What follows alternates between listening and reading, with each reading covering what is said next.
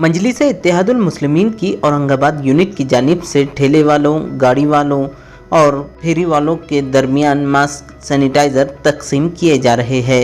हफ्ता भर चलने वाली इस मुहिम का मकसद कोरोना वबा के ताल्लुक से शहरियान में बेदारी पैदा करना है। मजलिस इत्तेहादुल मुस्लिमीन के लीडरान का कहना है कि हुकूमत लॉकडाउन नाफिज कर रही है, जबकि लॉकडाउन मसले का हल नहीं है। हुकूमत को चाहिए कि वो अवाम में बेदारी पैदा करे। एमआईएम ने 1 लाख मास्क तकसीम करने का ऐलान किया है। फैक्ट्री के अंदर 200 लोग एक जगह काम कर रहे हैं, लेकिन एक दुकान के अंदर 4 लोग काम नहीं कर सकते। अरे यही बताना चाह रही है मजलिस कि ये प्रिकॉशन लेते हुए अगर हम हमारी दुकान के अंदर कारोबार करें तो लोगों के कारोबार का मसला भी हल होगा और कोरोना से लोग बचेंगे भी। लेकिन आप पता नहीं किधर जाना चाहते हैं, क्या करना चाह रहे हैं। आपके पास ना कंट्रोल है ना कुछ है। रेमडेसिविर का 5-5 हज़ार रुपए के अंदर ब्लैक मार्केटिंग हो रही है।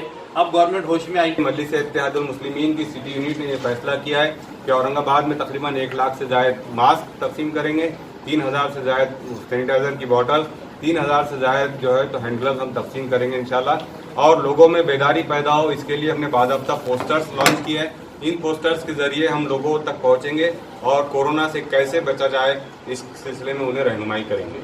मजलिस इत्तेहादुल मुस्लिमीन के लीडरान का कहना है कि हुकूमत लॉकडाउन नाफिज कर रही है, जबकि लॉकडाउन मसले का हल नहीं है। हुकूमत को चाहिए कि वो अवाम में बेदारी पैदा करे। औरंगाबाद से ETV भारत के लिए इसरारुद्दीन चिश्ती की रिपोर्ट।